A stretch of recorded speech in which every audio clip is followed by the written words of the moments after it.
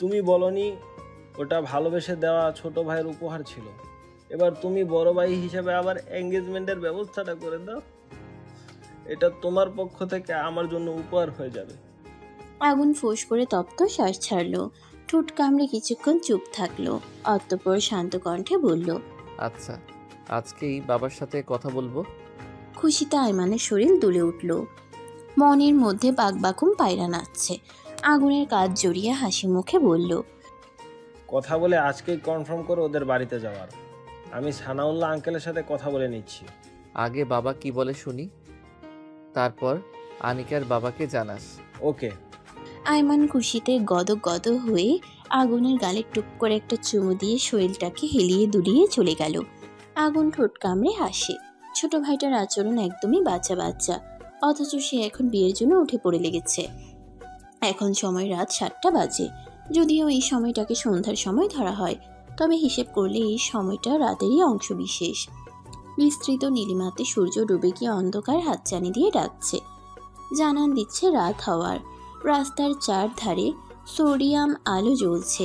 Taxi, বাস গাড়িগুলো পেছনের লাল রঙের বাতি জ্বালিয়ে ছুটছে নিজ গন্তব্যে। গাড়ির টিটি ভো ভো শব্দ কানে আসছে অবিরাম।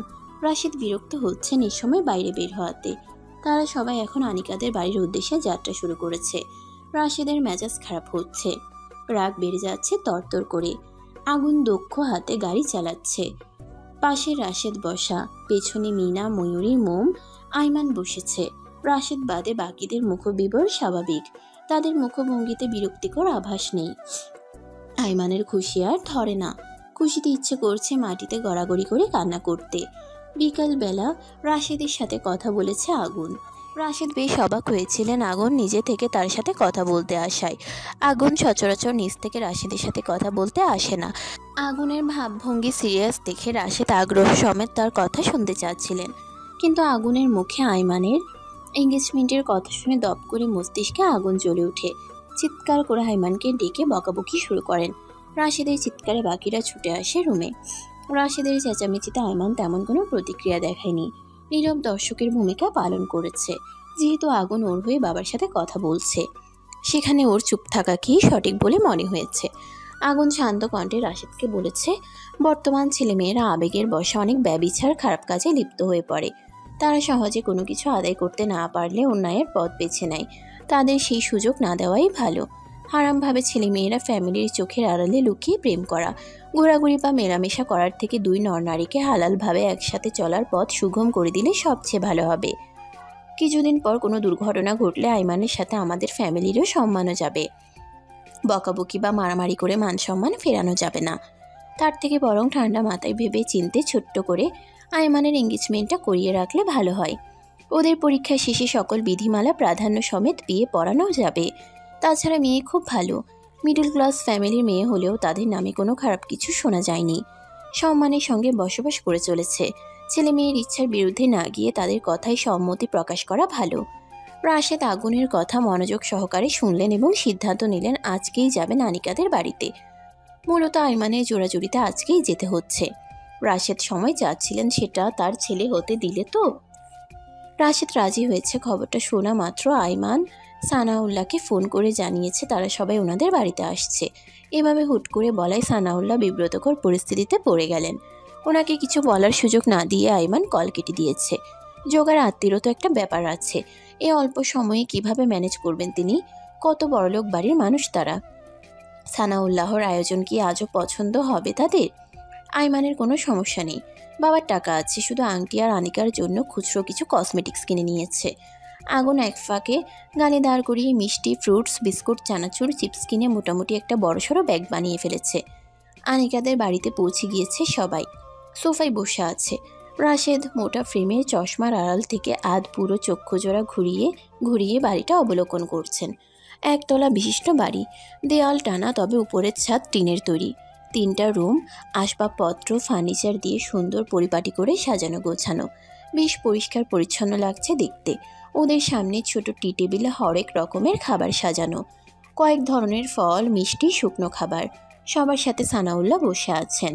ওনার ভীষণ হাঁসফাঁস লাগছে, কিছু বলতেও দ্বিধাবোধ করছেন। সময় নিয়ে ভদ্রতা স্বরূপ নম্রতা সহকারে বলে উঠলেন, আপনারা কিছু খাচ্ছেন না কেন? ক্ষমা সুন্দর চোখে দেখবেন, আপনাদের চাহিদা অনুযায়ী ব্যবস্থা করতে পারিনি। আসলে সময় স্বল্পতার জন্য যা পেরেছি অতটুকুই করেছি। মিনা মুচকি হেসে বললেন, সব কি বলছে ভাই?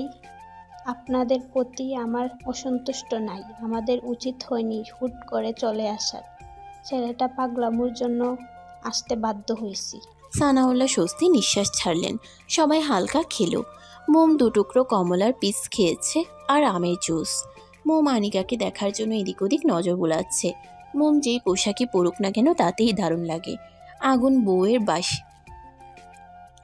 বউয়ের ব্লাসিত রক্তাভ গালে আর পিবর ঠোঁটের দিকে চেয়ে আছে। ইচ্ছে করছে টপাটপ গুটি কয়েক চুমো খেতে। মোম জুসের গ্লাস রেখে আগুনের দিকে আর চোখে তাকায়। আগুনকে নিঃশব্দ চোখে তাকাতে দেখে দ্রুত নজর ফিরিয়ে নেয়। টিস্যু দিয়ে মুখ মুছে রাশেদ গম্ভীর কণ্ঠে বললেন, আপনার মেয়েকে ডাকুন। সানাউল্লাহ পাশের বাসার এক খালার সম্পর্কে ভদ্রমহিলাকে ডেকে বললেন আনিকাকে নিয়ে আসতে। আয়োজনের কাজের সুবিধার্থে ভদ্রমহিলাকে ডেকেছেন তিনি। আইমানের উসখুস লাগছে। মুষ্টিবদ্ধ করে রাখা হাতের তালু ঘামতে শুরু করেছে। উত্তেজনায় মন ছটফট করছে। কিছুক্ষণ পর ধীর কদমে আনিকা ড্রয়িং রুমে এসে হাজির হলো। মিনা তাকে পাশে বসতে বললেন। আনিকা বসলো। মাথা নিচু করে ফ্লোরে তাকিয়ে আছে। গায়ে হলুদ রঙের 3 পিস, চোখে কাজল, মাথায় ওড়না দিয়ে ঘোমটা দেওয়া। মুখে আর কোনো সাজ নেই। আনিকার শ্যামলাটে মায়াবী মুখশ্রী থুতনিতে হাত রেখে পর্যবেক্ষণ করলেন মিনা। মেয়েটা দেখতে মাশাল্লাহ। আইমান এক দৃষ্টিতে আনিকার দিকে চেয়ে আছে। আনিকা আইমানের দিকে তাকায়নি। নীরবতা বিরাজমান কক্ষে। তা ভঙ্গ করে ভরাট স্বরে রাশেদ বলে উঠলেন, আমার ফ্যামিলি স্ট্যাটাস নিয়ে আমার কোনো মাথা ব্যথা নেই। আমার বাড়ির লক্ষ্মী ভালো হলেই ভালো। আপনার সম্পর্কে যতটুকু আইমানের থেকে জানতে পেরেছি, আপনি রাজি থাকলে আমরা আজকে আপনার মেয়ের আংটি পরিয়ে যাব। সানাউল্লাহ হেসে জবাব দিলেন, আমার মেয়ে রাজি, এতে আমার আপত্তির কোনো কারণ নেই। সানাউল্লাহর সাথে রাশেদ মিনা একের পর এক কথা বলে যাচ্ছেন। ময়ূরী মোম দুজন কানে কানে কিছু বলছে আর মিটিমিটি হাসছে।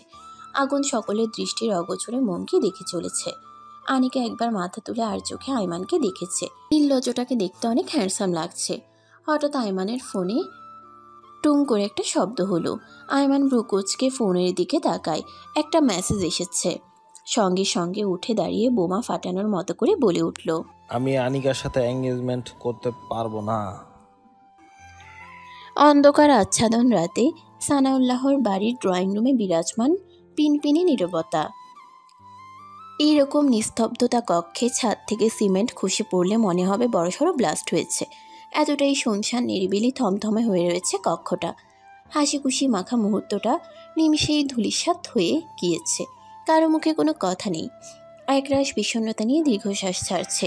সকলের নজর আইমানের উপর। বিস্ময়কর দৃষ্টিতে ফ্যালফ্যাল করে চেয়ে আছে।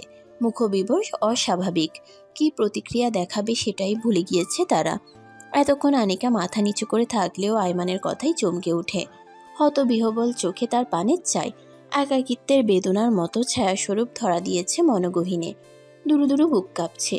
কম্বিত ঠোঁট নেড়ে কথা বলতে চাইছে, কিন্তু কণ্ঠনালী ভেদ করে তা পারছে না। বুঝল শব্দ ভাণ্ডার থিতিয়ে এসেছে প্রায়। কাজল কালো চক্ষু জোড়া ছলছল করে উঠল। ছোট্ট মস্তিষ্কের ভেতর হানা দিল বিতৃষ্ণাদায়ক বিদঘুটে চিন্তা। শরীরের রন্ধ্রে রন্ধ্রে ঢুকে গেল উত্তালতা বেগমান স্রোতের হাতছানি। আয়মান যদি এঙ্গেজমেন্ট না করে এই সময় ওদের বাড়িতে এসেছে কেন? ফোন করে ছোটখাটো আয়োজন করতে বলেছে কেন?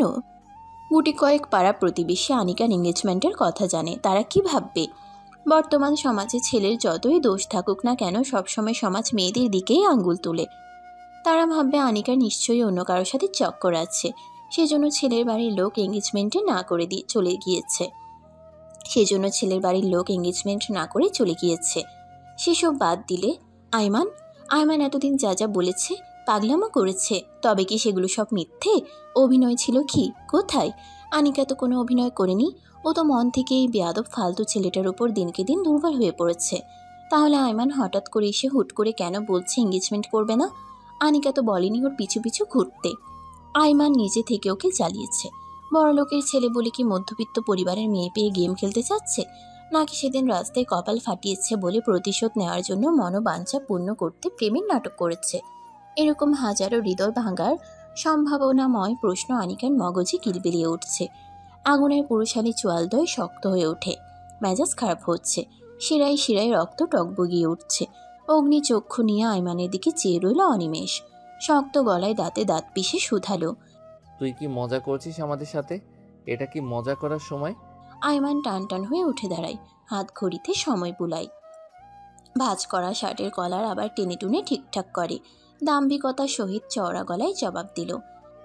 আমি মজা করছি না, আই এম সিরিয়াস ব্রো। আমার পায়ে পড়ে দীর্ঘদিন ধরে ঘ্যান ঘ্যান করেছিস আজকের দিনটার জন্য, আর এখন তুই বলছিস এঙ্গেজমেন্ট করবি না? মানেটা কি? আইমান গাছাড়া ভাবে বলে। করবো না এঙ্গেজমেন্ট, এঙ্গেজমেন্ট করার কোনো মুডই নেই আমার।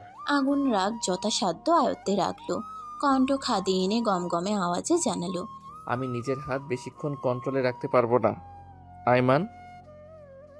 রাতের বেলা ড্রামা শুরু করেছিস, থাপড়িয়ে তোর মুড ছুটিয়ে দিব। এটা কি কোনো খেলা?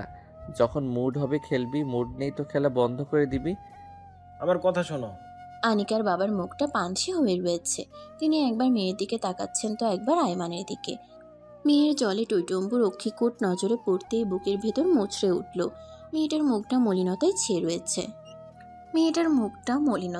রয়েছে। আনিকার চোখে আইমানের জন্য এক ধরনের মিষ্টি সুখকর অনুভূতি তিনি দেখতে পাচ্ছেন। কিন্তু আইমান যে বলছে এঙ্গেজমেন্ট করবে না, তবে কি তিনি মেয়ের জন্য ভুল ছেলে পছন্দ করে ফেলেছেন? সানাউল্লাহ ব্যথাতুর হৃদয়ে অসহায় চোখে আইমানের দিকে চেয়ে শান্ত কণ্ঠে বললেন।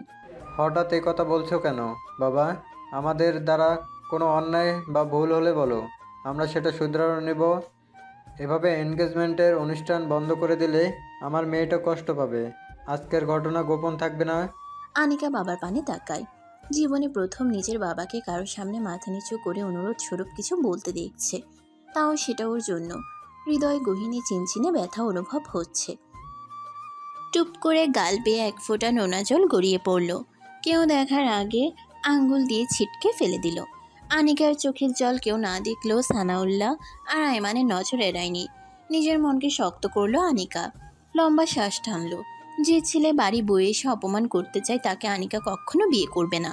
নিজেকে প্রস্তুত করে আইমানকে তিক্ত করা কথা শোনানোর জন্য ধাতস্থ করলো। সে মুহূর্তে আইমানের দীপ্তিমান সাবলীল বাক্য ড্রয়িং রুমের প্রত্যেক সদস্যদের মনে ঝংকার তুলল।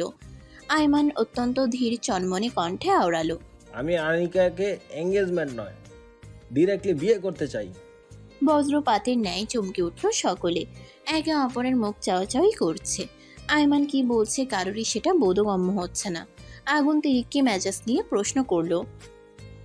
আইমান অধৈর্য সহিত বলে। সরাসরি তো বললাম, বাংলা ভাষায় বলেছি, না বুঝার কি আছে? আগুন তীক্ষ্ণ দৃষ্টিতে তাকায়, ভ্রু উছিয়ে জিজ্ঞেস করে। তুই কি বলছিস তুই জানিস? বুঝতে পারছিস? আগুন ছাঁচ সমেত মৃদু স্বরে চেঁচিয়ে বলল।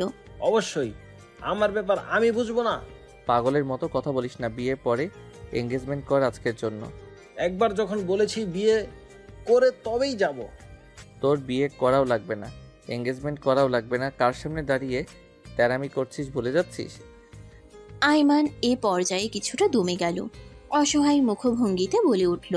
ব্রো, তুমি অন্তত আমাকে বুঝো। আমার একমাত্র আশা ভরসা তো তুমি। রাশেদ বসা হতে উঠে দাঁড়ান, কর্কশ আওয়াজে বলে উঠলেন। তুমি কিন্তু এখন বেশি বেশি করছো আইমান। বিয়ে কি হাতের মোয়া চাইলেই পাওয়া যায়? ঝামেলা না করে এঙ্গেজটা দ্রুত শেষ করে বাড়িতে চলো।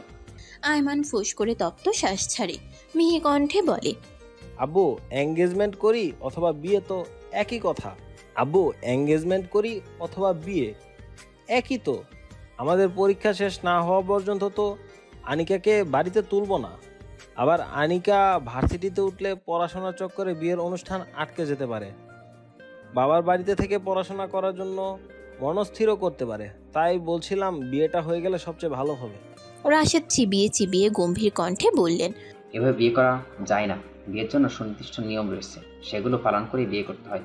এখানে রাতের বেলা তাড়াহুড়ো করে বিয়ের কার্যক্রম সম্পূর্ণ পূরণ করবো কিভাবে? তুমি তো বড় বিয়ে করতে চাও, আগে বললে সে অনুযায়ী সিদ্ধান্ত নিতাম, ব্যবস্থা করতাম। তাছাড়া আনিকা এখন অপ্রাপ্তবয়স্ক, বিয়ের জন্য উপযুক্ত ন্যূনতম বয়স প্রয়োজন। ছেলে হলে 21 আর মেয়ে হলে 18। ভাইয়ার বাল্যবিবাহ করেছে, তার বেলা কিছু না। ভাবির বয়স তো মাত্র 15 ছিল। গ্রামের সাথে তুমি শহরের তুলনা করছো? আইমান বেশ ভাব নিয়ে বলে ওঠে। আমার কাছে একটা সাজেশন আছে আব্বু। কি সাজেশন? আয়মান সবার দিকে এক পলক তাকায়। সকলে ওর দিকেই আগ্রহ সমেত উত্তরের আশায় তাকিয়ে আছে। আয়মান শুষ্ক ঢোক গিলল। জিম ধারা ঠোঁট বিচিয়ে মিনমিন করে বলল, কোর্ট ম্যারেজ। মিনা, রাশেদ, সানাউল্লাহ, ময়ূরী হতভম্বের ন্যায় একসাথে বলে উঠল। আয়মান ছোট করে উত্তর দিল। সানাউল্লাহ হতবিহ্বল লক্ষ্মীপটের চেয়ে আশ্চর্যজনক গলায় শুধালেন, তুমি বিয়ে করতে চাচ্ছ, কিন্তু কেন? আগে আংটি পরিয়ে রাখো, পরে না হয়। বাদ সাধল আয়মান। রাশভারী কণ্ঠে বলল, না আঙ্কেল, পরে না, আজকে এক্ষুনি আনিকাকে বিয়ে করব। কাজী টাকা, উকিল ঠিক করা, অনেক ঝামেলা ব্যাপার স্যাপার রয়েছে, কিভাবে কি হবে? আয়মান বাঁকা হাসল। অধর কোণে রহস্যজনক হাসি ঝুলিয়ে উচ্ছ্বসিত কণ্ঠে জানালো, এসব নিয়ে আপনাদের ভাবতে হবে না আঙ্কেল, আমি সকল ব্যবস্থা করে রেখেছি, শুধু সঠিক সময়ের জন্য অপেক্ষা করছিলাম এতক্ষণ যাবৎ। সকল সদস্য আরেক দফা চমকে উঠে হতভম্ব নেত্রদয়ে ড্যাব ড্যাব করে তাকিয়ে থাকলো। মুখে কুলু পেটে চুপ করে দাঁড়িয়ে আছে সবাই। কী বা বলবে, কী বা বলার থাকতে পারে, মাথা কাজ করছে না কারোর। তবে আগুন শান্ত, শৈত্যপ্রবাহের ন্যায় শিথিল, মৃণানতায় উদ্বেগের রেশ পর্যন্ত নেই। কপালে প্রগাঢ় ভাঁজ ফেলে তীক্ষ্ণ চাউনি নিক্ষেপ করলো আয়মানের উপর। বারিকি নিঃশ্বাস ছেড়ে আয়মানের উদ্দেশ্যে প্রশ্ন ছুড়ল, এঙ্গেজমেন্ট করতে এসে সরাসরি বিয়ে করতে চাওয়ার কারণ কি? আয়মান মুখ বিবরে সাবলীল ভাব ফুটিয়ে শান্ত কণ্ঠে বলল, অনেক বড় কারণ ব্রো, এই আনিকাকে আমার বিন্দুমাত্র বিশ্বাস হয় না। মিনিটে মিনিটে মুড বদলায় এই মেয়ের, কথায় কথায় পোল্টি মারার অভ্যাস। এখন খুশি খুশি এঙ্গেজমেন্ট করবে, দেখা গেল কিছুদিন পর অহেতুক কারণ দেখিয়ে হাত থেকে আংটি খুলে আমার মুখের উপর ছুঁড়ে মারবে, এই নাও তোমার আংটি, আমার তোমাকে আর ভালো লাগে না। সেই জন্য ভাবনা চিন্তাই করে ঠিক করেছি, এসেছি যখন ঝাঁঝওয়ালা মেয়েকে খাঁচায় বন্দি করে তবেই ক্ষান্ত হব। তখন আয়মানের ফোনে ওর এক বন্ধু মেসেজ পাঠিয়েছিল। ওর বন্ধুর বাবা পেশায় একজন উকিল। আয়মান ওর বন্ধুকে বলেছিল ও আজকে বিয়ে করবে। কাজী এবং ওর বন্ধুর বাবাকে সাথে নিয়ে কাবিননামায় কাগজপত্র যেন কাবিননামার কাগজপত্র জেনে আগে থেকেই রেডি করে রাখা হয়। বন্ধু আয়মানের কথা ফেলতে পারেনি। আয়মান জানতো অপ্রাপ্তবয়স্ক বলে কোর্ট কাবিন করা লাগবে ওদের, তাই আগে থেকে ব্যবস্থা করে রেখেছিল। আয়মান আজ বাড়ি থেকে মনস্থির করে বেরিয়েছিল এঙ্গেজমেন্টের নাম করে বিয়ে করবে। বন্ধুকে বলেছে কাজ হয়ে গেলে ওকে যেন মেসেজ করে জানিয়ে দেওয়া হয়। ফোন দিতে নিষেধ করেছিল আয়মান, বলেছে তখনও মেয়ের বাড়িতে সবার সম্মুখে থাকবে, শুধু মেসেজ করলেই চলবে। আগুন বুঝিয়ে জানতে চাইল, তুই এত অ্যাডভান্স হলি কবে থেকে? আয়মান কপালে আসা চুলে হাত চালিয়ে পেছন দিকে ঠেলে দেয়। হাতের সাহায্যে চুলে ব্রাশ করে বেশ ভাব নিয়ে বলল, আমি সব কিছুতেই ফার্স্ট, তোমার মতন লো কোয়ালিটির মানুষ না। আনিকা রাজি থাকলে তোমার আগেই বাবা হয়ে যাব, দেখো, প্রমিস। আগুন কটমট করে চোখ পাকায়। আয়মানের এতে কোনো ভাবান্তর হলো না। আনিকার চক্ষুদয় বড় বড় হয়ে গেল। সানাউল্লাহ কেসে উঠলেন। মিনা এদিক ওদিক নজর ঘুরায়। মোম ময়ূরী ঠোঁট টিপে হাসে। রাশেদের মাথা ঝিমঝিম করছে। বুকে হাত দিয়ে তিনি সোফায় বসে পড়লেন। বলার মতো কোনো কথা খুঁজে পেলেন না। তার ছেলে এতটা ধুরন্ধর, এই ছেলে উনি জন্ম দিয়েছেন? কার মতো হয়েছে তার ছোট ছেলে? তার পরিবারে এমন চিন্তা ভাবনার মানুষের কথা তো মনে পড়ছে না যে ছোট ছেলে তার মতো হবে। তাহলে কার স্বভাব পেয়েছে এই ছেলে? লজ্জায় ছেলের পাগলামোতে প্রেশার তরতর করে বেড়ে যাচ্ছে। অবশেষে আয়মানের পাগলামোর জয় হলো।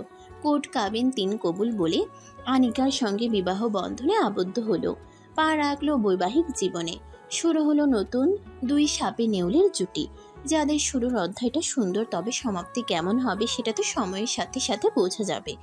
কোর্ট থেকে বেরিয়ে সবাই গাড়ির সামনে এসে দাঁড়ালো। এখান থেকে যে যার বাড়ি ফিরে যাবে। আয়মানরা বাড়ির গাড়ি করে এসেছে, সে গাড়িতেই বাড়ি ফিরে যাবে। কোর্টে আসার সময় ট্যাক্সি গাড়ি করে আনিকা, মোম, ময়ূরী এবং সানাউল্লাহ এসেছিল। আগুন গাড়িতে বসে তাড়া দিতেই আয়মান বলল, ভাই তোমরা চলে যাও, আমি আঙ্কেল আনিকাকে বাড়ি পৌঁছে দিয়ে আসছি। তুই কি গাড়ি এনেছিস নাকি? গাড়ি আনিনি তো কি হয়েছে, ট্যাক্সি করে ওদের বাড়ি পর্যন্ত যাব, তারপর ওই ট্যাক্সি করে বাড়িতে ফিরে আসব। ঠিক আছে, সাবধানে আসিস। আয়মান মাথা নাড়ল। আগুন বাড়ির উদ্দেশ্যে গাড়ি স্টার্ট দিল। আয়মান ট্যাক্সি গাড়িতে উঠে আনিকা ও তার বাবাকে নিয়ে শ্বশুর বাড়িতে যাত্রা শুরু করলো। আনিকাদের বাড়িতে গাড়ি থামতেই সানাউল্লাহ গাড়ি থেকে নেমে ভেতরে চলে গেলেন। আনিকা নিঃশব্দে বাবার সাথে চলে যেতে উদ্যত হতেই আয়মান পেছন থেকে হাত টেনে ধরলো। আনিকা চকিতে তাকালো। আয়মান হাত টেনে একটু সাইডে নিয়ে আসলো। আনিকা হাত ছাড়াতে চাইলো কিন্তু সফল হলো না। আয়মান তিরস্কার স্বরূপ খোঁচা মেরে বলল, অত ছটফট করলে বাসর করতে 2বারও ভাববো না, মাইন্ড ইট। আনিকা অন্যদিকে চেয়ে মোছামুছি করতে করতে খিটখিটে মেজাজ সমেত বলল, চারুন, বাবা এক্ষুনি ডাকবে আমায়। আয়মান ছাড়লো না, উল্টো আনিকার কোমর পেঁচিয়ে ধরলো। এক টানে নিজের বক্ষের সঙ্গে মিশিয়ে নিল।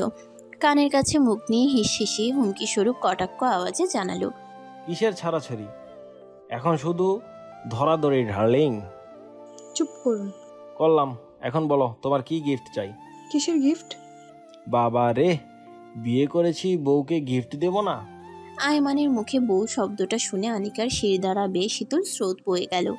বার কয়েক পলক ঝাপটায় মৃদু স্বরে কাপা গলায় বলে, আমার কোনো গিফট চাই না। তুমি নিতে না চাইলে আমি শুনবো কেন? গিফট তো দেবই। আপনার দেরি হচ্ছে, বাড়ি ফিরবেন না? আয়মান কোমরে আরেকটু চাপ দিয়ে স্ল্যাশ স্বরে আওড়ালো, বলতে পারো না আয়মান এখানে থেকে যান?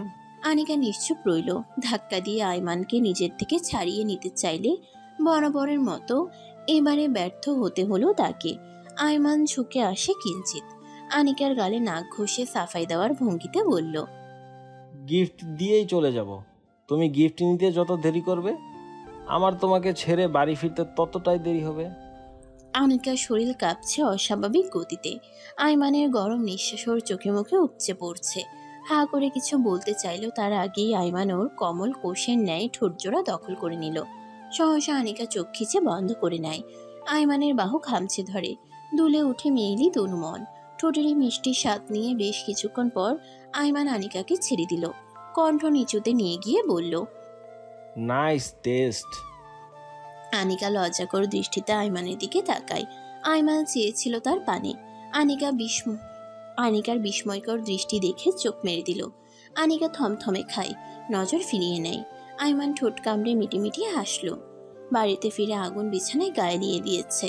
কপালে হাত ঠেকিয়ে চুপ করে শুয়ে আছে। মোম শাশুড়ির সাথে টুকটাক কাজ সেরে রুমে আসলো। দরজা লাগিয়ে লাইট বন্ধ করে বিছানায় আসে।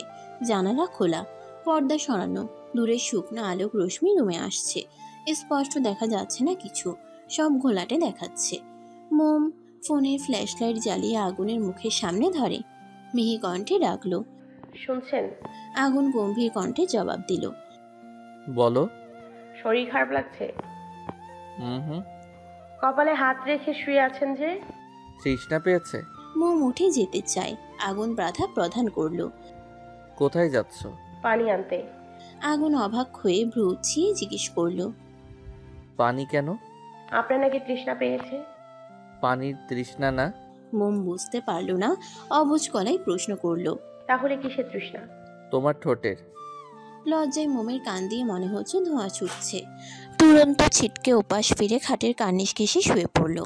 আগুন প্রযোগল কুচকে বলিষ্ঠ হাতে মোমের কোমর টেনে নিজের চওড়া শরীরের উপর নিয়ে নিল। মোম গুটিয়ে আগুনের বুকের ভেতর ঢুকে গেল। আগুনের সহ্য হলো না। জবরদস্তি বুক থেকে সরিয়ে মোমকে নিজের শরীরের নিচে ফেলে দিল। মোম জোরে জোরে নিঃশ্বাস ত্যাগ করছে। ঘন ঘন নিঃশ্বাসের তোপে মেয়েলে আবেদনময়ী বক্ষ বিভাজন ওঠানামা করছে, যার দরুন আগুনের পরশ সবকিছু এলোমেলো লাগছে। মাথা চারা দিয়ে উঠছে বুকে কাছে পাওয়ার তীব্র নেশা। চক্ষু জোড়া মোমের রক্তজবা ঠোঁটে তার একাগ্র নিবেশন। সময়ের পলকে মোমের ঘাড়ে মুখ ডুবিয়ে দিল। ঠোঁট দিয়ে স্লাইড করতে করতে হাসকি স্বরে বলল, সোনারগাঁওয়ের কথা ভুলে গিয়েছ? এখানে আসার পরও অনেক জ্বালিয়েছ, এবার আমাকে সামলাও। বাক্যের রীতি টেনে মোমের বিভোর ঠোঁটে পুরুষালী ঠোঁট জোড়া চেপে ধরল। ক্ষণিকের সময়ে আগুনের উত্তপ্ত ওষ্ঠপুট ছড়িয়ে পড়ল মোমের সর্বত্র। কপালে চুমু খেলো। গালে ঠোঁট বুলিয়ে ভালোবাসা নামক উন্মাদনায় পিষে ফেলতে চাইল আগুনের হৃদয়ে প্রেমের ঢেউ উঠানো রমণীকে। বিহায়া হাতের বেসামাল স্পর্শে মোমের টালমাটাল অবস্থা। পাতলা গরনের শরীর বারংবার কেঁপে উঠছে, ঝংকার তুলছে সারা গায়ে। অন্ধকারময় রাত্রি যত গভীর হচ্ছে, আগুনের উৎপীড়নের তোপে মোম তত ভৎস হচ্ছে। বদ্ধ কক্ষে ঘন ঘন শ্বাস প্রশ্বাস জানান দিচ্ছে দুই নরনারীর মিলনের অন্তিম মুহূর্ত, সেই সাথে তাদের ভালোবাসার বহিঃপ্রকাশ। গরমের রাত্রিতে চারপাশে যে নীরবতা ছিল তা ধীরে ধীরে জীবন্ত হয়ে ওঠে। সূর্যের রোশনাই যখন মাটিতে পড়তে শুরু করে তখন মনে হয় সবকিছু নতুন করে প্রাণ পেয়ে উঠেছে। গাছের পাতাগুলো শিশিরের বিন্দুতে ঝলমল করে, যেন সারা রাতের পরিশ্রম শেষে তারা স্নান করেছে। খোলা জানালার পর্দা ভেদ করে সূর্যের কিরণ আনিকার মুখশ্রীতে পড়ছে। আলোর সংস্পর্শে চোখ মুখ কুঁচকে ফেলল সে। হাতে সাহায্যে আলো চোখে পড়া রোধ করতে চাইল। গতকাল রাতে ঘুমিয়েছিল দেরি করে, তাই তো এত বেলা গড়ালো, অথচ সে এখনো বিছানায় লেপ্টে। আর মোড়া ভেঙে হাত দুদিকে ছড়িয়ে পুনরায় ঘুমানোর প্রস্তুতি নিচ্ছিল, তবে তা সম্ভব হলো না। ষষ্ঠ ইন্দ্রিয় কিছুর ইঙ্গিত দিতেই হতবিহ্বল অক্ষিপটে ওপাশে নজর ফেরালো। যা ভেবেছিল তাই। আইমান কাত হয়ে মাথার নিচে এক হাত দিয়ে শুয়ে আছে আনিকার বিছানায়। ধরফরিয়ে উঠে বসল সে। চক্ষু জোড়া বড় বড় করে চেয়ে রইল কিয়ৎকাল। ফ্যাল ফ্যাল করে তাকিয়ে অবিশ্বাস্য গলায় প্রশ্ন করল, আপনি এত সকালে আমাদের বাড়িতে কি করছেন? আইমান মুখবিবর স্বাভাবিক, চনমনে চিত্তে হাসি মুখে জবাব দিল, প্রায় 10:30 বাজে, তোমার কাছে এত সকাল মনে হলো? শ্বশুর বাড়িতে গিয়ে কি এত বেলা করে ঘুমানো যাবে? আর রইলো বাকি তোমার বাড়িতে কি করছো? লিসেন, এটা আমার শ্বশুর বাড়ি, আমি যখন খুশি আসতে পারি। আমার রুমে আসছেন কিভাবে? আমি তো দরজা বন্ধ করে ঘুমিয়েছিলাম। ভুল, তুমি দরজা বন্ধ করনি। হয়তো কালকে আমার কথা ভাবতে ভাবতে দিন দুনিয়া ভুলে বসেছিলে। আনিকা চোখ ছোট করে চাই ভ্রুচিয়ে জিজ্ঞেস করল, এখানে আসছেন কেন? আইমান নিষ্পাপ মুখশ্রী বানিয়ে নিরেট স্বরে বলল, তোমাকে দেখতে মিস করছিলাম তো। দেখা শেষ, এবার চলে যান, বাবা দেখলে সমস্যা হবে। আইমান শরীর কাঁপিয়ে হেসে উঠল, হাসতে হাসতে জানালো, আমি এসেছি বলে শ্বশুর মশাই আমাদের স্পেস দিয়ে বাইরে চলে গিয়েছে। আনিকার মুখ হা হয়ে গেল, ললাটে পড়ল প্রগাঢ় ভাঁজ। বিস্মিত চোখে চেয়ে উদ্বেগ সমেত জানতে চাইল, আপনাকে দেখে বাবা কিছু বলেনি? কি বলবে? এই যে এখানে আসছেন যে সেজন্য? একদমই না, আমার শ্বশুর হেব্বি, বুঝলে? মেয়ের জামাইয়ের মন বুঝে, কিন্তু মেয়ের মন আমাকে বুঝে না। শেষের কথাটা আইমান দুঃখী দুঃখী মুখ করে বলল। আনিকা বিরক্ত হলো, তিরিক্ষি মেজাজ নিয়ে বলে ওঠে, আমি বুঝতে চাই না, আপনি এক্ষুনি আমার রুম থেকে বের হন। না গেলে কি করবে? আনিকা ফোঁস করে তপ্ত শ্বাস ছাড়ল। বিছানা থেকে নামতে উদ্যত হতেই আইমান ওর হাত টেনে আনিকা সহ বিছানায় শুয়ে পড়ল। আনিকা ছাড়া পাওয়ার জন্য মোচড়ামুচড়ি করছে। আইমান ঝাপটে জড়িয়ে ধরে গলায় মুখ ডুবিয়ে দিল। ব্যাস, আনিকার ছটফটানি নিমিষেই গায়েব হয়ে গেল। আইমান হেসে উৎফুল্লতা স্বরূপ ধীর গলায় বলল, ছটফটিয়ে লাভ নেই, দুপুরের আগে ছাড়ছি না। আনিকার শরীর কাঁপছে, থমকে থমকে শিউরে উঠছে। কম্পিত ওষ্ঠপুট নেড়ে নেড়ে আর্জি জানায়, এমন করবেন না, বাবা এসে আমাদের একসাথে দেখলে কি ভাবতে বলুন তো? দরজা বন্ধ দেখবে কি করে? আনিকা মৃদু কিল বসিয়ে দেয় আইমানের বাহুতে। ঝাঁস নিয়ে চৌড়া গলায় বলে উঠল, যেতে বলছি আপনাকে, কথা না বাড়িয়ে চলে যান, নয়তো মাথার একটা চুলও আস্ত রাখবো না, সব উপরে ফেলে টাকলু বানিয়ে দিব। পাবলিক তখন তোমাকে টাকলুর বউ বলে ডাকবে। ডাকুক, ছাড়ুন এবার। আইমান আরো শক্ত করে নিজের সাথে মিশিয়ে নিল। আনিকার কানের পিঠে চুমু দিয়ে মৃদু স্বরে আওড়ালো, সারা রাত দু চোখের পাতা এক করতে পারিনি, জ্বালিয়ে মেরেছ। এখন আমার ঘুমের প্রয়োজন, ডিস্টার্ব করো না জান। আপনি ঘুমান, আমাকে ছেড়ে দিন। আইমান আনিকার ঘাড়ে পুরো মুখ ডুবিয়ে পরম আবেশে চোখ বুঝে ঘোর লাগা গলায় বলল, তোমার জন্য ঘুমাতে পারিনি, তুমি চলে গেলে ঘুম আসবে না, সেজন্য তোমাকে আমার সঙ্গে শুয়ে থাকতে হবে। আপনি আইমান তর্জনী দ্বারা আনিকার ঠোঁট চেপে ধরল, গালে আলতো কামড় দিয়ে ফিস ফিস করে বলল, আর একটা কথা উচ্চারণ করলে তোমার ঠোঁটই সুরক্ষিত থাকবে না, জখম করে ছাড়বো। তাই একদম শান্ত হয়ে আমার সাথে শুয়ে থাকো। আনিকা দীর্ঘশ্বাস ছাড়ল। কাঁদো কাঁদো মুখভঙ্গিতে আইমানের বুকের সঙ্গে মিশে রইল। মোমকে সাথে নিয়ে আশানুরের বাড়িতে এসেছে আগুন। আশানুর ফোন করে বলেছে আফিফা অসুস্থ। আশানুরের বাবা মা বয়স্ক মানুষ, রুম থেকে তেমন বের হন না। আশানুরের কোনো ছোট ভাই বোন নেই যে আফিফার সঙ্গে বসে দুদণ্ড কথা বলবে। মেয়েটা সারাক্ষণ মনমরা হয়ে বসে থাকে। মোমের সাথে আফিফার অনেক ভাগ, তাই আশানুর মোমকে নিয়ে ওদের বাড়িতে যেতে বলেছে। বর্তমানে সকলে ড্রয়িং রুমে অবস্থান করছে। আগুন সোফায় বসে আছে, মোম বসে আছে আফিফার পাশে।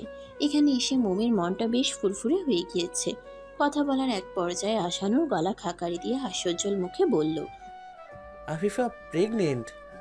মোম চমকে উঠল। বার কয়েক পলক ঝাপটিয়ে সহসা হেসে আফিফাকে জড়িয়ে ধরল। সুখকর অনুভূতিতে আফিফার চোখ দুটো চিকচিক করছে। একটা সন্তানের জন্য কত চেষ্টাই না করেছে। অবশেষে আল্লাহ ওদের উপর রহমত দিয়েছেন, অপ্রাপ্তির খাতায় প্রাপ্তিতে ভরে দিয়েছেন। মা হওয়ার কোমল শ্রেষ্ঠ সুখ অনুভব করার তৌফিক দান করেছেন। নারী সত্তার পূর্ণতার সুযোগ করে দিয়েছেন। আগুন মুচকি হেসে ওদের দুজনকে শুভেচ্ছা জানালো। আশানুর কটাক্ষ করে আগুনকে খোঁচা মেরে বলল, তোদের খুশির খবর কবে শুনতে পাবো বস? আগুন ভ্রুচি জিজ্ঞেস করলো। কিসের কথা বলছিস? আশানুরও কৌতুক স্বরে ব্যঙ্গ করে বলে, ব্যাটা আম খেয়ে বলে আটি ফেলতে পারি না। আগুন বিরক্তিতে চসূচক শব্দ উচ্চারণ করলো। সজোরে আশানুরের পায়ে পদাঘাত করে। আশানুর চোখ বুঝে ব্যথাতুর শব্দ তুলল। আগুন তিরস্কার স্বরূপ রাশভারী কণ্ঠে বলল, ঘুরিয়ে পেঁচিয়ে কথা বলিস কেন? সরাসরি বললে কি তোর ইজ্জত যাবে? আশানুর এক চোখ খুলে অন্ধদের মতো তাকায়। ঠোঁট বাঁকিয়ে কটাক্ষ করে জবাব দিল, তাই বলে লাথি দিবি? ব্যথা পেয়েছি না? আগুন ভাবলেশহীনভাবে জানালো, ছাগল, ব্যথা পাওয়ার জন্যই দিয়েছি। এবার বল, কি বলতে চাচ্ছিলি? বলতে চেয়েছি তোর বাবা হওয়ার খবর কবে পাবো। মোম লজ্জা পেল। অন্যদিকে চেয়ে হাঁসফাঁস করতে লাগলো। আগুন ফোঁস করে ভারী খেয়ে নিঃশ্বাস ছাড়ল। সোফায় গা এলিয়ে দিয়ে ফিচেল হেসে বলল, যখন হবে তখন জানতে পারবি। কবে হবে অগ্রিম কিভাবে জানাই বল? আশানুর ভাবুকতা গলায় বলল। তাও ঠিক।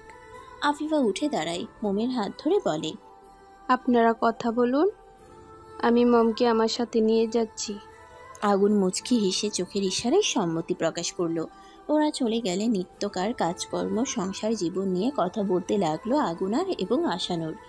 আফিফা ওদের রুমে এসে মোমকে বসতে বলল। আলমারি থেকে কিছু একটা বের করে মোমের সামনে বসে। একটা কাঠের ডিজাইনার মাঝারি সাইজের বক্স। মোম প্রশ্নবিদ্ধ চোখে তাকায়। আফিফা অধৈর্যরা প্রসারিত করে হেসে আওড়ালো, এটা কিসের বক্স জানো? আপনি না বললে কিভাবে জানবো? আফিফা শব্দ করে হেসে উঠল। মোমের গাল টেনে দিল। বক্সটা খুলতেই মোম দেখতে পেল বাচ্চাদের ছোট ছোট খেলনা। মোম অবুঝ গলায় শুধালো, এগুলো কার খেলনা? আফিফার অক্ষি কোটরে জলে টইটম্বুর হলো। দীর্ঘশ্বাস ছেড়ে তৃপ্তির হাসি হেসে বলল, আমার হবু বাবুর জন্য। মোম অবাক হয়ে জানতে চাইল, এক্ষুনি এত সব কিনে রেখেছেন? না, তবে আরো আগে কিনেছিলাম। মার্কেটে গেলে যখন যেটা পছন্দ হতো নিয়ে আসতাম। আফসোস, তখন আমার বাচ্চা হচ্ছিল না। একটা সন্তানের জন্য কত হাহাকার করেছি। মোম স্নিগ্ধকর হাসি উপহার দিয়ে বলল। এখন তো হচ্ছে। আফিফা একটা খেলনা হাতে তুলে নাড়াচাড়া করতে করতে বলল, হ্যাঁ, সবই খোদার রহমত। তোমাকে খেলনাগুলো দেখাতে ইচ্ছে হলো, তাই দেখালাম। খেলনাগুলো খুব সুন্দর আপু। শুনেছিলাম তুমি নাকি অসুস্থ ছিলে। মোম হালকা হেসে উত্তর দিল, জি আপু। এখন ঠিক আছো? জি আপু। মোম মাথা নাড়ল। আফিফা হাত দিয়ে মোমকে স্নেহময় আদর করে দেয়। মেয়েটা ভীষণ মিষ্টি, কত মিশুক। অল্প সময়ের মধ্যে আফিফার কাছের একজন হয়ে উঠেছে। মোমের সাথে কথা বললে আফিফা ভিন্ন এক সুখ খুঁজে পায়। মোমের স্নিগ্ধতা ভরপুর মুখশ্রী যে কারো মন ভালো করে দিতে সক্ষম। মিনা শুকনো ভাজা খাবার বানাচ্ছেন সন্ধ্যায় খাওয়ার জন্য। প্রায়ই এসব বানান তিনি। পরিবার নিয়ে সন্ধ্যার আড্ডাটা মন্দ না। মোম রান্নাঘরে ঢুকে শাশুড়ির পাশে প্লাস্টিকের মোড়া টেনে বসে পড়ে। মিহি কণ্ঠে বলে উঠল, মা কি করছেন? মিনা কড়াইতে তেল ঢেলে উত্তর দিলেন, এই কিছু বাজা পোড়ানি বানাচ্ছি। সন্ধ্যায় তো পুরো জমে যাবে। মিনা হাসলেন। ডালের বড়া, বেগুনের চপ ছোট একটা হাফ পিচে তুলে মোমের হাতে দিলেন।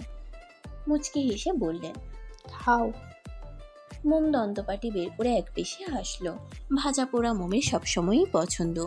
বেগুনিতে কামড় বসিয়ে মিহি কণ্ঠে ঠোঁট নেড়ে তৃপ্তির শব্দ তুলল। মা ভীষণ মজা হয়েছে, আরেকটা পাওয়া যাবে? মিনা হেসে আরেক পিস বেগুনি দিল। মোম আরাম করে বসে সবগুলো চপ সাবার করলো। খাওয়ার মাঝে বউ শাশুড়ি মিলে টুকটাক কথা বলছে। আগুন টেবিলে বসে একটা বই খুলে পড়ছে। মোম এসে কফি দিয়ে গিয়েছে।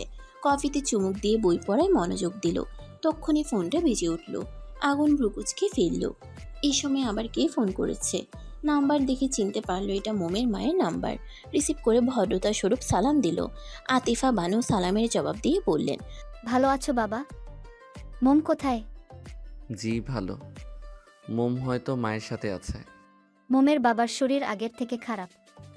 বৃষ্টিতে ভিজে অসুখ বাঁধিয়েছেন লোকটা। মোমকে দেখতে চাচ্ছে, তুমি একবার মোমকে নিয়ে আমাদের বাড়িতে আসবে? এখন যেতে পারবো না মা, তবে আপনি চাইলে মোমকে পাঠিয়ে দিতে পারি। মোমের সাথে কথা বলতে চাই। জি দিচ্ছি। আগুন কান থেকে ফোন সরিয়ে মোমকে গলা উঁচিয়ে ডাকলো। মোম আসতেই ফোনটা এগিয়ে দিল। স্বল্প আওয়াজে বলল, তোমার মা, কথা বলো। মোম কথা বলতে বলতে বারান্দায় চলে গেল। বাবার অসুস্থতার কথা শুনে ক্রন্দনরত গলায় জিজ্ঞেস করলো, বাবা এখন কেমন আছে? তেমন ভালো নেই, তুই এসে দেখে যা। আমি আসবো। আতিফার থেকে মোবাইল কেড়ে নিয়ে খলিল মোলায়েম গলায় বলে উঠলেন, আমার মা কাঁদে কেন? তোর মায়ের কথায় কান দিস না, আমি একদম ঠিক আছি। আসলে বৃষ্টিতে ভিজে ঠান্ডা লেগে জ্বর এসেছিল, এখন আগের থেকে ভালো। মোম ভাঙা গলায় নাক টেনে বলল। তাহলে মা যে বললো তুমি অনেক অসুস্থ? খলিল স্ত্রীকে চোখ রাঙালেন। আতিফার মুখখানা চুপসে গেল। মেয়েকে বোঝানোর স্বরে বললেন, তোর মাকে তো চিনিসই, অল্পতেই বাড়াবাড়ি করে। বিশ্বাস কর, তুই যেমন ভাবছিস তেমন কিছু হয়নি রে। তবু আমি যাব, কতদিন তোমাদের দেখি না। জামাইয়ের তো সময় নেই, বিয়ের প্রথমবার বাড়িতে আসবি, তাও জামাই ছাড়া। বিষয়টা ভালো দেখাবে না রে, যে বরং জামাইয়ের সময় বুঝে তাকে নিয়ে আসিস। হ্যাঁ। বাবা মায়ের সাথে আরো কিছুক্ষণ কথা বলে মোম রুমে আসে। মোমের থমথমে মুখশ্রী দেখে আগুন ভ্রুচিয়ে জানতে চাইল, তোমার বাবা অসুস্থ বলে মন খারাপ? মোম চিন্তিত ভঙ্গিতে উত্তর দিল, হুম। তুমি চাইলে কালকে তোমাকে তোমাদের বাড়িতে পাঠিয়ে দিব। মোম তপ্ত শ্বাস টেনে মৃদুস্বরে বলল, না থাক, অন্যদিন যাব। তোমার ইচ্ছা। মোম রাতের খাবার খেয়ে এইমাত্র রুমে আসলো। আগুন বেডে বসে ল্যাপটপ নিয়ে প্রশ্ন তৈরি করছে। স্টুডেন্টদের এক্সাম নেবে। প্রশ্ন বানানো অলরেডি শেষ পর্যায়ে। আর 3টা প্রশ্ন করলে হয়ে যাবে। মোম ড্রেসিং টেবিলে বসে চুলে বিনুনি করছে। আর চোখে আগুনের দিকে চেয়ে ভোতা মুখে ধীর গলায় বলে উঠল, বাড়িটা খালি খালি লাগছে, কেউ আসলে মন্দ হয় না। আগুন ল্যাপটপে চক্ষু জোরে স্থির রেখে ভরাট স্বরে বলল, এখন এই বাড়িতে আছি এবং এখানে সবাই আছে, বাবা মা, ময়ূরী, আইমান। তাহলে আর কার কথা বলছো? আনিকার কথা নাকি? মোম বিরক্ত হলো। কটমট করে উঠে দাঁড়ায়। দপ করে আগুনের পাশে বসে পড়ল। ঠোঁট উল্টে বলে, আইমান ভাইয়ার বউ না, আমি অন্য সদস্যের কথা বলছি। আগুন ল্যাপটপ অফ করে ড্রেসিং টেবিলের উপর রাখলো। তীক্ষ্ণ দৃষ্টিতে মোমকে পর্যবেক্ষণ করলো। গম্ভীর আওয়াজে জিজ্ঞেস করলো, আমাদের পরিবারে তো আর কেউ নেই? আগুনের তীক্ষ্ণ চাউনিতে মোমের আত্মা কেঁপে ওঠে। শুষ্ক ঢোক গিলল ও। জিভধারা ঠোঁট বিচিয়ে মিনমিন করে বলল, বাবুর কথা বলছি, আমাদের বাড়িতে ছোট্ট একটা বাবু আসলে খুব ভালো হবে, তাই না? বাবু আসবে কোথা থেকে? এই পর্যায়ে মোমের চোখ জ্বলে উঠল। কণ্ঠ খাদে এনে তিরিক্ষি মেজাজ নিয়ে বলে, আমার পেট থেকে আসবে, যেমন আফিফা আপুর পেটে বাবু, সেরকম বাবুর কথা বলছি। কথাটা বলে মোম নিঃশ্বাস নিতেও পারেনি। মুহূর্তে ব্যথায় কুকড়ে গেল। কারণ আগুন বলিষ্ঠ হাতে মোমের চোয়াল শক্ত করে চেপে ধরেছে। মোমের অক্ষিপুট ছলছল করে উঠল। ভীতিকর নজর বুলায় আগুনের কাঠিন্য মুখবিবরে। বুক ধরফর করছে। আগুন রাশভারী গলায় থমকে বলল, কি বলেছ? আবার বলো। মোম উত্তর দিতে সক্ষম হলো না। গাল দুটো ব্যথায় টনটন করছে। চোখ দুটো ঝাপসা হয়ে আসছে নোনা জলে। বেহায়া পানি কণার তর সইল না। গাল বেয়ে ক্রমাগত গড়িয়ে পড়তে লাগলো। আগুনের মায়া হলো না, উল্টো আরো খেপে গেল। ঝাঁঝালো কণ্ঠে পুনরায় জিজ্ঞেস করলো, চুপ কেন? জবাব দাও। মোম কণ্ঠ ফুঁড়ে শব্দ করে কেঁদে দিল। আগুন হাত গুটিয়ে নিল। গমগমে গলায় বলল, আর কয়েক মাস পরে ফাইনাল এক্সাম। স্টাডির প্রতি ফুল কনসেন্ট্রেশন হও। বেহুদা কথাবার্তা ছোট্ট মাথায় আসলে মাথা ভেঙে ফেলবো। তোমার সাহস হয় কিভাবে এক্ষুনি বেবির কথা বলো? মোম গুনগুনিয়ে শব্দ করে কান্না করছে। থেমে থেমে হেঁচকি তুলে কোমলভাবে বলে, বাবু হলে কি হবে? আমার বান্ধবী রাহি, ওর কথা মনে আছে তো? বাবু হবে। আগুন চোয়াল শক্ত করে মোমকে বিছানার সঙ্গে চেপে ধরে, দাঁতে দাঁত চেপে বলল, অন্য মেয়ের কথা জানি না, আর না জানতে চাই। আমি শুধু আমার বউয়ের কথা জানি। বাচ্চা একটা মেয়ে, 21 বছর বয়স হওয়ার আগে বাচ্চার কথা ভুলেও মাথায় আনবে না। থাপ্পড় খেতে না চাইলে এসব ভুলভাল চিন্তা মাথা হতে ঝেড়ে ফেলে দাও, নয়তো আমার চেয়ে খারাপ কেউ হবে না। মোম এখন হাতে ব্যথা পাচ্ছে। আগুন শক্ত করে ধরে রেখেছে। টলমল চোখে শুকনো কণ্ঠে আওড়ালো, ব্যথা পাচ্ছি, ছেড়ে দিন, আর বলবো না। আগুন ছেড়ে দিল। লম্বা শ্বাস টেনে ফোঁস করে নিঃশ্বাস ছাড়ল। সময় মতো শাসন না করলে এই তেরা মেয়ে পেয়ে বসত। অল্প বয়সে বিয়ে করা আর বাচ্চা হওয়া অনেক পার্থক্য। আগুন একজন শিক্ষিত বুঝদার মানুষ হয়ে তার বাচ্চা বউকে নিয়ে কোনো মতেই রিস্ক নেবে না। সময় নিয়ে নিজেকে শান্ত করে মোমের দিকে নজর দিল আগুন। সে উপাস ফিরে ফুপিয়ে ফুপিয়ে কাঁদছে। ফুপানোর দরুন শরীরটাও কাঁপছে। আগুন হাত বাড়িয়ে কাছে নিয়ে আসে। মোম গুটিয়ে সরে যেতে চায়। আগুন জোর খাটিয়ে নিজের দিকে ফিরিয়ে নিল। কেঁদে কেটে ফর্সা মুখটাতে রক্তিম আভা ছেয়ে রয়েছে। গাল চেপে ধরায় তা লাল হয়ে গিয়েছে। আগুনের মনটা খারাপ হয়ে গেল। এতটা শক্ত করে না ধরলেও পারত। আগুন আদুরে স্বরে ডাকে, কোমলমতি। মোম নিশ্চুপ রইল। কথা বলবে না কুমড়ো মার্কা লোকটার সাথে। যখন তখন মোমকে ব্যথা দেয়। ভালোভাবে বুঝিয়ে বললেই হতো, এরকম কঠির ব্যবহার কেন দেখাবে? মোম অভিমানে মুখ ঘুরিয়ে নেয়। আগুন লাল হয়ে যাওয়া গালে কয়েকটা আদুরে চুমু খেল। বুকের সঙ্গে জড়িয়ে ধরে শান্ত কণ্ঠে বলল, তুমি এমন সব উদ্ভ্রান্তমূলক কথা বলো যার জন্য আমি রেগে যাই। আর এসব কথা বলবে না, কেমন? মোম কিচ্ছু বলল না। আগুন মোমের ওড়না টেনে চোখ মুখ মুছে দিল। গালে হাত রেখে শীতল কণ্ঠে জিজ্ঞেস করে, গালে ব্যথা করছে? মোম তেলে বেগুনে জ্বলে উঠল। ব্যাটা কুমড়ো বলে কি? ব্যথা দিয়ে জানতে চাইছে ব্যথা করছে নাকি। রাগে দুঃখে হাত পা ছড়িয়ে কাঁদতে ইচ্ছে করছে। আগুনের বুকে আলতো চাপড় মেরে ভারাক্রান্ত গলায় চিবিয়ে চিবিয়ে বলল, না, ব্যথা কেন পাবো? ইটের শরীর, আমার ব্যথা লাগে না তো। আগুন বুঝলো মোম রেগে গিয়েছে। নিষ্প্রভ মুখশ্রী বানিয়ে নিচু স্বরে বলল, এবারের মতো সরি। মোম গাল ফুলিয়ে রাখলো। আগুন আরেকটু ঘনিষ্ঠ হয়ে স্ল্যাশ স্বরে আওড়ালো, আদর লাগবে? মোম কোনো প্রতিক্রিয়া দেখালো না। আগুন মোমের গলায় চুম্বন করে পুনরায় মিহি কণ্ঠে শুধালো, আদর দিলে রাগ কমবে? মোম চোখ তুলে এক পলক আগুনকে দেখে নেয়। ওড়না দিয়ে মুখ ঢেকে জানালো, এখন আপনি এসব নির্লজ্জ মার্কা কথা বন্ধ না করলে আমি কিন্তু চিৎকার করে কান্না করব। আগুন মিটিমিটি হেসে মোমের ওড়না সরিয়ে দেয়। মোমের চোখের পাথায় চুমু খেয়ে দুষ্টু হেসে বলল, রাতের বেলা বিবাহিত নারী স্বামীর সঙ্গে রুমে থাকা অবস্থায় চিৎকার করে কাঁদলে লোকে কি বলবে জানো নিশ্চয়ই। মোম অসহায় মুখভঙ্গিতে তাকায়। আগুন বাঁকা হাসলো। মোমের ঠোঁটে শব্দ করে চুমু খেলো। শক্ত করে জড়িয়ে ধরে চোখ বন্ধ করলো।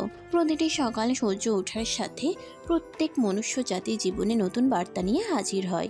সেটা হতে পারে কারো জীবনে সুখ শান্তি, কিংবা কারো জীবনে দুঃখ বেদনা। যে বার্তাই হোক না কেন হাসি মুখে মেনে নিতে হয়। কষ্ট হলেও আগামী সুদিনের পথ সুগম করতে লড়াই চালিয়ে সমাধান করতে হয়। যদি সংগ্রাম চালিয়ে না হয় পিছু হটে, তাহলে সুদিন কিভাবে আসবে?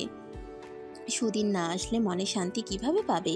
তাই প্রতিটি মনুষ্য জাতি নিত্যকার এই সংগ্রাম চালিয়ে যেতে হয়। কালের নিয়মের ঊর্ধ্বে যাওয়ার ক্ষমতা কারণ নেই। এই যে সপ্তাহ পেরিয়ে মাস, মাস পেরিয়ে মোমের পরীক্ষা চলে এলো। শুকনিরে বসবাসরত কোনো মানব সময় কিভাবে চলে যায় টের পায় না। ঠিক তেমনই মোমের পরীক্ষা এসে পড়েছে, সে বুঝতে পারেনি। আজকে মোমকে নিয়ে মোমের বাবার বাড়ি যাওয়ার উদ্দেশ্যে রওনা হয়েছে আগুন। কলেজ থেকে ছুটি নেওয়া হয়নি। অবশ্য ছুটি নিয়েই বা কী করবে? শ্বশুরবাড়ি বেড়ানোর মন মানসিকতা নিয়ে তো আর আসেনি।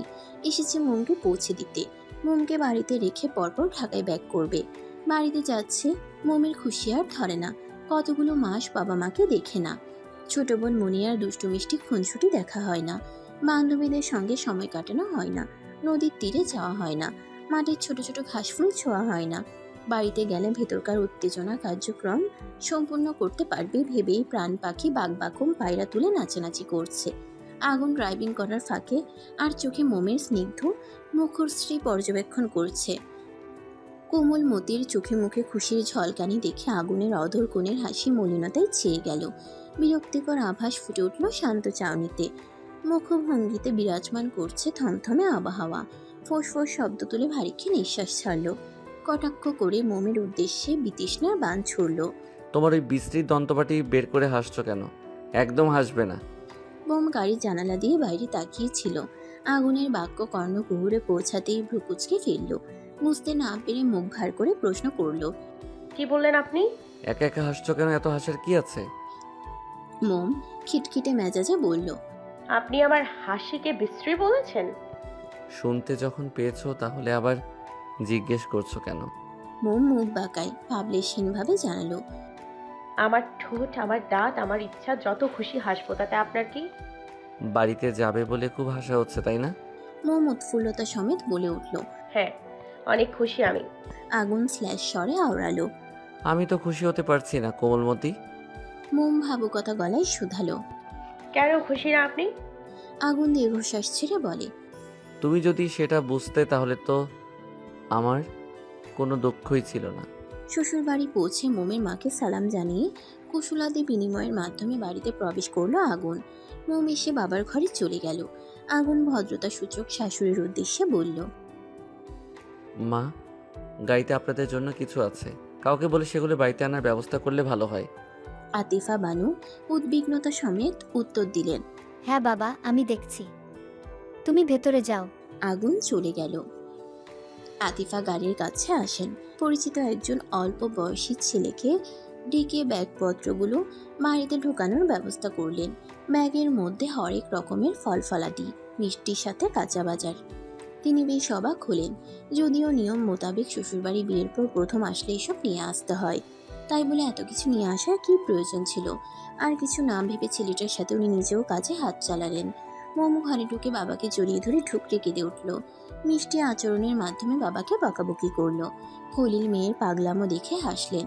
মেয়ের কপালে চুমু দিয়ে মোলায়েম গলায় জিজ্ঞেস করলেন, আরে আর কতক্ষণ ধরে কান্না করবি? এসার থেকে তো কান্না করেই চলেছিস। মোম ঠোঁট ফুলিয়ে ভাঙা গলায় অভিযোগ জানায়, তুমি সেবার বৃষ্টিতে কেন ভিজেছিলে? তারপর থেকে বেশিরভাগ সময় তুমি অসুস্থ থাকো। এই এক কথা আর কতবার বলে খোঁটা দিবি বলতো? যতক্ষণ না সুস্থ হচ্ছ। আমি এখন সুস্থ। তোকে দেখার পর যতটুকু অসুস্থ অনুভব করেছিলাম এখন সেটাও নেই। বাবা মেয়ের কথা চলাকালীন সময়ে আগুন ঘরে ঢুকলো। খলিলের ঠোঁটে হাসি ফুটে উঠেছে। সৌজন্য বোধে সাক্ষাৎ করলো দুজন। আগুন জানতে চাইল, বাবা, আপনার শরীরের অবস্থা কেমন? ভালো বাবা। পায়ের ব্যথা সেরেছে? পুরোপুরি সরেনি, তবে আগের থেকে ব্যথা কমেছে অনেকটা। এ কি, তুমি দাঁড়িয়ে আছো কেন? আরে বসো বাবা। আগুন মুচকি হেসে কাঠের রাত পুরনো চেয়ারে বসে পড়ল। মোম আগুনকে এক পলক দেখে ভিঞ্চি কেটে বাবাকে নালিশ জানালো, তোমার জামাই খুব পচা, সারাক্ষণ আমাকে বকাঝকা করে, ধমক দেয়। সহসা আগুনের হাসিটা মুছে গেল। অস্বস্তি অনুভব করছে। বউ তার শ্বশুরের সামনে এভাবে ইজ্জত খেয়ে দিল। নিশ্চয়ই গাড়িতে দাঁত নিয়ে কটাক্ষ করে কথা বলায় এখন সেটার শোধ তুলছে। তুলুক, সময় বুঝে আগুনও বুঝিয়ে দেবে সে কী জিনিস। আতিফা ঘরে ঢুকে মোমকে চোখ রাঙালেন, থমকে বলে উঠলেন, একদম আমার জামাইয়ের দোষ দিবি না। তোর স্বভাব সম্পর্কে আমি খুব ভালোভাবেই অবগত। তুই উল্টাপাল্টা কিছু না করলে শুধু শুধু তোকে বকাবকি করবে কেন? মোম হাঁ হয়ে গেল। তার নিজের মা তার পক্ষ না নিয়ে জামাইয়ের পক্ষ নিচ্ছে। গাল ফুলিয়ে বলে ওঠে, আমি কিছু না করলেও ধমকায়। তুমি ওনাকে চেনো না। একদম চুপ। আমার জামাই কেমন আমি জানি, তোর থেকে শুনতে হবে না। আগুন মিটিমিটি হাসছে। আগুনের হাসি দেখে মোমের গা জ্বলে উঠল। পচা কুমড়ো মার্কা লোক। এরই মধ্যে মুনিয়া স্কুল ব্যাগ টেবিলে ধারাম করে ফেলে আপু বলে চিৎকার করে মোমকে ছ্যাপটে জড়িয়ে ধরল। মোম হাসি মুখে বোনকে নিজের সাথে আগলে নিল। মুনিয়া হাস্যোজ্জ্বল মুখে আবদার ছুড়ল, আপু, আজকে আমি তোমার সাথে ঘুমাবো। মোম দন্তপাটি বের করে হেসে উচ্ছ্বসিত কণ্ঠে বলল, ঠিক আছে। মুনিয়া আগুনের দিকে চেয়ে ভ্রুচিয়ে জিজ্ঞেস করলো, দুলা ভাই, আপনি কি খালি হাতে এসেছেন? আমার জন্য কিছু নিয়ে আসেননি? আগুন স্বভাব সুলভ হেসে জানালো, এনেছি তো, আমার একমাত্র শালিকা বলে কথা। খালি হাতে কিভাবে আসি বলো? কি এনেছেন? তুমি নিজে গিয়ে দেখে নাও। হ্যাঁ, সেটাই ভালো। আগুন গলা পরিষ্কার করে খলিলের দিকে চেয়ে শান্ত কণ্ঠে বলল, আমি সন্ধ্যার পরে রাতের দিকে ঢাকা চলে যাব। আতিফা বানু চমকে উঠলেন। খলিল জিজ্ঞেস করলেন, চলে যাবে কেন? কিছুদিন থাকবে না? সম্ভব না, আমার স্টুডেন্টদের পরীক্ষা এবং স্পেশাল ক্লাস আছে। ওদের গাইডলাইনের জন্য আমার কলেজে উপস্থিত থাকা অতি আবশ্যক। এই কথার প্রেক্ষিতে আর কিছুই বলতে পারলেন না মোমের বাবা মা। দায়িত্বশীল একজন মানুষ কখনো দায়িত্ব অবহেলা করে না। আতিফা চলে যান রান্নাঘরে। জামাই চলে যাবে, ভালো মন্দ কিছু খাবার রান্না করবেন না তা কি করে হয়। মোমকে ডেকে নিয়ে যান রান্নার কাজে হাতে হাতে সাহায্য করার জন্য। আগুন ফ্রেশ হবে যাওয়ার আগে মোম আগুনকে ওয়াশরুম দেখিয়ে দিয়ে যায়। নিজেও ফ্রেশ হয়ে চলে গেল রান্নাঘরে। মোমের ক্ষুদ্র মনের চঞ্চল সত্তাটা বিষাদে ভরে উঠেছে। ইতোমধ্যে ঘন পাপড়িযুক্ত নয়নজোড়া জলে টইটম্বুর হয়ে গিয়েছে। বিতৃষ্ণায় ছেয়ে গিয়েছে সর্বাঙ্গে। মনোহরণীর মনগহীনে হানা দিয়েছে শুকনো ব্যথা। রন্ধ্রে রন্ধ্রে ছুটে চলেছে বিষাক্তময় এক পশলা জ্বালাতন স্রোত। থেমে থেমে নাক টানছে। কেঁদে কেটে টমেটোর মতো লাল হয়ে গিয়েছে ফর্সা মুখশ্রী। আগুন বিছানায় বসে বুকে হাত গুজে ব্রুকুচকে চেয়ে মোমের মুখাবয়ব অবলোকন করছে। আগুন মোমের কান্না থামানোর চেষ্টা করছে না। বেশ হয়েছে, বাড়িতে আসবে বলে গাড়িতে দাঁত কেলিয়ে হাসছিল তখন। একবারও ভাবেনি আগুন ওকে ছাড়া থাকতে পারবে না। চিন্তা করেনি আগুনের তার কোমল মতিকে ছাড়া বাড়িতে মন টিকবে না। বাবার বাড়ি আসবে বলে খুশিতে ফেটে পড়েছিল তখন। আগুন বুঝতে পারছে না তাহলে এখন ঢং করে কান্না করে চোখের জল নাকের জল এক করার কি আছে। আগুন হাত ঘড়িতে নজর বুলালো।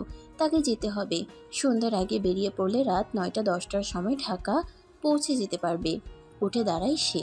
মোমের পড়ার টেবিল থেকে জগ উঠিয়ে গ্লাসে পানি ঢেলে ঢক ঢক করে খেয়ে নিল। মোমের দিকে তীক্ষ্ণ চাউনি নিক্ষেপ করে গমগমে গলায় বলে উঠল, ফ্যাচ ফ্যাচ করে কান্না করবে না তো, বিরক্ত লাগছে। মোম তেতে উঠে কটমট করে তেজি গলায় জবাব দিল, আমার কান্না পাচ্ছে, আমি কাঁদবো, তাতে আপনার কি? আর বিরক্ত লাগছে আপনার? লাগবেই তো। আপনি তো আমাকে পছন্দ করেন না, ভালোবাসিও কখনো বলেননি। কি ভেবেছেন বুঝি না আমি তো আপনাকে জ্বালাতন করি, তাই আমাকে একা ফেলে এখানে রেখে গেলেই আপনার শান্তি। বাড়িতে আসা নিয়ে মোমের মুখশ্রীতে যে আবেগ উদ্বেগ ফুটে উঠেছিল সেটা চিরস্থায়ী হলো না, ধপ করে নিভে গেল। যখন শুনেছে আগুন চলে যাবে, তাও পরীক্ষা চলাকালীন পুরো সময়টা আগুনের থেকে দূরে থাকতে হবে। ভাবতেই কণ্ঠ ফুরে কান্না পাচ্ছে মোমের। আগুন রৌচি জিজ্ঞেস করলো, বেহুদা কথাবার্তা বলবে না তো? আর তুমি এখানে আসা নিয়ে কতটা এক্সাইটেড ছিলে, এখন কি হলো? মোম ছটফটিয়ে ওঠে, ঠোঁট উল্টে সরল গলায় জানালো, এখানে এসে খুব খুশি লাগছে, কিন্তু আপনাকে ছাড়া থাকতে হবে ভাবতেই বুকের ভেতর চিনচিন ব্যথা করছে। আগুন ঠোঁট কামড়ে এক পেশে হাসলো। শার্টিন করে মোমের সামনে এসে দাঁড়ালো। গম্ভীর কণ্ঠে বলল, আমাকে ছাড়া থাকতে কষ্ট হবে? মোম টলমলে চোখে তাকায়, গোমরা মুখে বলল, জি, অনেক কষ্ট হবে। আগুন চকচকে দাঁত বের করে মৃদু হাসলো। মোমের কাঁধ জড়িয়ে শান্ত কণ্ঠে বলল, আমারও কষ্ট হবে। তাহলে থেকে যান এখানে। বোকার মতো কথা বলো না। তোমার পরীক্ষার সাবজেক্ট কতগুলো জানো নিশ্চয়ই। তার উপর প্রত্যেক সাবজেক্ট পরীক্ষার আগে একদিন, কোনটার ক্ষেত্রে 2 দিন করে বন্ধ। পরীক্ষা শেষ হতে 1 মাস সময় লেগে যাবে। এতদিন কি থাকা সম্ভব? কলেজ আছে না আমার। মোম চুপচাপ শুনলো, কিছু বলল না। আগুন মোমের মাথায় চুমু দিয়ে বুকের সঙ্গে মিশিয়ে নিল। পুনরায় শীতল কণ্ঠে বলল, একদম মন খারাপ করবে না। মাথা ঠান্ডা রেখে শান্ত মেজাজে পরীক্ষা দিবে। যেমন পড়িয়েছি তেমন ভালো রেজাল্ট যেন আমি পাই, মনে থাকবে? মোম মাথা নেড়ে বুঝালো থাকবে। আগুন মুখবিবর পরিবর্তন করে শুধায়, তোমার বাবাকে তখন আমার নামে বিচার দিয়েছিলে কেন? আমি শুধু তোমাকে ধমকাই, বকাবকি করি? তাহলে এত এত আদর কাকে দেই শুনি? মোম সহসা জিভ কাটলো। বুকে মিশিয়ে মিনমিন গলায় বলে ওঠে, আমার হাসিকে বিশ্রী বলেছেন কেন? সেজন্য বিচার দিয়েছি। তুমি জানো না, তোমার থেকে দূরত্ব আমার একদণ্ড সহ্য হয় না। বাড়িতে আসা নিয়ে তোমার কত শত আহ্লাদ, তাই ও কথা বলে ক্ষোভ প্রকাশ করেছি। অধর প্রসারিত করে কিঞ্চিত মুচকি হাসলো মোম। আগুনের বুকে নাক মুখ ঘষল। উৎকণ্ঠায় ছটফটানি মিয়ে এলো। ছাড়ো, যেতে হবে এখন। তুমি কান্না করলে যাওয়ার সাহস পাবো না। আবারও মোমের ডাগর ডাগর আখি চুগলে নোনা জল ভরে উঠল। নাক টেনে মৃদু স্বরে আওড়ালো, ছাড়তে ইচ্ছে করছে না। আগুন অঞ্জলির পুটে মোমের মুখশ্রী তুলে নিল। ওষ্ঠপুট এগিয়ে ধীর চুম্বন করলো ললাটে। থুতনিতে চুমু খেয়ে মুচকি হেসে বলল, রোজ ফোন করব। রক্তে মাংসে করা শরীরটা টেনে হিচড়ে শহরে নিয়ে গেলেও আমার বেহায়া বেপরোয়া আত্মাটা তোমার কাছেই থেকে যাবে। ছোঁয়াতে নয়, অনুভবে বুঝে নিও আমাকে। প্রাইভেট শেষে কলেজের গেট পেরিয়ে ফাঁকা রাস্তার মোড়ে রিক্সা গাড়ির জন্য দাঁড়িয়ে আছে আনিকা। রাস্তাটা তেমন শুনশান নয়, আবার জনমানবে ভরপুরও নয়। গুটি কয়েক মানুষজন আর গাড়ির চলাচল করছে। বিকেলের শেষ ভাগ। এই সময়টাতে এই রাস্তায় গাড়ি চলাচল থাকলেও মানুষজন তেমন নজরে আসে না। মুখ ভার করে এদিক ওদিক গাড়ির অসহায় মুখ ভার করে এদিক ওদিক গাড়ির আশায় চোখ বুলোচ্ছে। এমন সময় গলায় পেঁচানো ওড়নায় টান পড়তেই সহসা পেছন ফিরে তাকালো। বখাটে দুজন ছেলে দেখে পিলে চমকে উঠল। ছেলে দুজনকে আনিকা কলেজের বাইরে অনেকবার দেখেছিল। এরা মেয়েদের একা পেলে উত্ত্যক্ত করে। এদিকে কোনো মানুষজন নজরে আসছে না। ভয় শুষ্ক ঢোক গিলল সে, তবে ভয়টা বাইরে প্রকাশ করল না। তেজি গলায় চেঁচিয়ে বলে উঠল, কারা আপনারা? পথ আটকাচ্ছেন কেন? আমার ওড়না ছাড়ুন। ছেলে দুজন আরিকার শরীরের ভাঁজে চোখ বুলায়। ওড়না ধরে রাখা ছেলেটা পৈশাচিক হেসে বিশ্রী ইঙ্গিত সমেত জানালো, ছাড়ার জন্য তো ধরিনি ফুলটুসি, আমরা তোমার শুভাকাঙ্ক্ষী। একটু ছুতেই চাই, ভালোবাসতে চাই তোমাকে। আনিকার গা ঘিনঘিন করে উঠল। ওড়না ছাড়ানোর চেষ্টা করতে লাগলো, পারল না। চিৎকার করে ডেকে উঠে, হেল্প, কেউ আছেন? ছেলে দুজন অট্ট হাসিতে ফেটে পড়ল। অন্য ছেলে ব্যঙ্গ করে বলল, ওই ছেমড়ি চুপ, এটা আমাদের এলাকা। কি ভেবেছিস সিনেমার মতো তুই চেঁচাবি আর তোর হিরো সুপারম্যান হয়ে উড়ে এসে তোকে আমাদের হাত থেকে বাঁচাবে? হ্যাঁ বাজবে, কারণ সিনেমার মতো মেয়েটার হিরো এসে হাজির। আই থিঙ্ক সিনেমার নায়কদের থেকেও ফাস্ট এসেছে। I am right, blind stupid boy. পেছন থেকে শক্তপোক্ত ভারিক্ষী পুরুষালী কণ্ঠস্বর কর্ণগোচর হতেই ছেলে দুজন তড়িৎ ঘাড় ঘুরিয়ে তাকালো। চেনা পরিচিত স্বর কর্ণকুহরে পৌঁছাতেই আনিকা দৃষ্টি তাক করল সেথায়। আইমান চোয়াল শক্ত করে কাটখাট হয়ে ছেলে দুজনের দিকে অগ্নিদৃষ্টি নিক্ষেপ করে দাঁড়িয়ে আছে। আইমানকে দেখে আনিকার চোখ দুটো উজ্জ্বল হয়ে উঠল। ঠোঁটের কোণে ধরা দিল কিঞ্চিত মুচকি হাসি। আর কোনো ভয় নেই। আনিকার ভরসাযোগ্য অসভ্য বেহায়া স্বামী এসে পড়েছে। ব্যস্ত পায়ে এগিয়ে এলো আইমান। আইমানকে দেখে দুজন ছেলের মধ্যে একজন ছেলের চেহারা রক্তশূন্য ফ্যাকাশে হয়ে গিয়েছে। আইমানের চক্ষুজোড়া স্থির অন্য ছেলেটির হাতের উপর। ছেলেটি আনিকার ওড়না ধরে দাম্ভিকতার সহিত এখনো ঠাই দাঁড়িয়ে। ভীতিকর ছেলেটি তুরন্ত অপর ছেলের হাত থেকে আনিকার ওড়না ছাড়িয়ে নিল। মরুভূমির ন্যায় গলাটা শুকিয়ে গিয়েছে। ভয় পাওয়া ছেলেটি দ্রুত ছুটে এসে আইমানের পা জড়িয়ে ধরল। ব্যগ্রতা সমেত অনুরোধ করলো, ভাই মাফ করে দেন, আমি জানতাম না ইনি আপনার গার্লফ্রেন্ড। এবার মতো মাফ করে দেন ভাই। আইমান সজোরে লাথি বসালো ছেলেটির বুকের উপর। দু পা এগিয়ে গিয়ে আনিকার পাশে দাঁড়ানো ছেলেটির শার্টের কলার ধরে হুঙ্কার ছেড়ে চিৎকার করে বলল, চাওর বাচ্চা, কার ওন্না ধরার স্পর্ধা দেখাচ্ছিস জানিস? বলিয়ে খুশি মারল ছেলেটির মুখ বরাবর। ছেলেটি ব্যথায় চোখ বুজে আহ শব্দ তুলল। লাথি খাওয়া ছেলেটি উঠে এসে আইমানের কাছ থেকে অপর ছেলেটিকে ছাড়াতে ছাড়াতে বলল, ভাই খোদার কসম, আমরা জানতাম না মেয়েটা আপনার। জানলে ওনার ধারে কাছে ঘেঁষতাম না, উল্টে কেউ ঘেঁষলে তার খবর করে ছাড়তাম।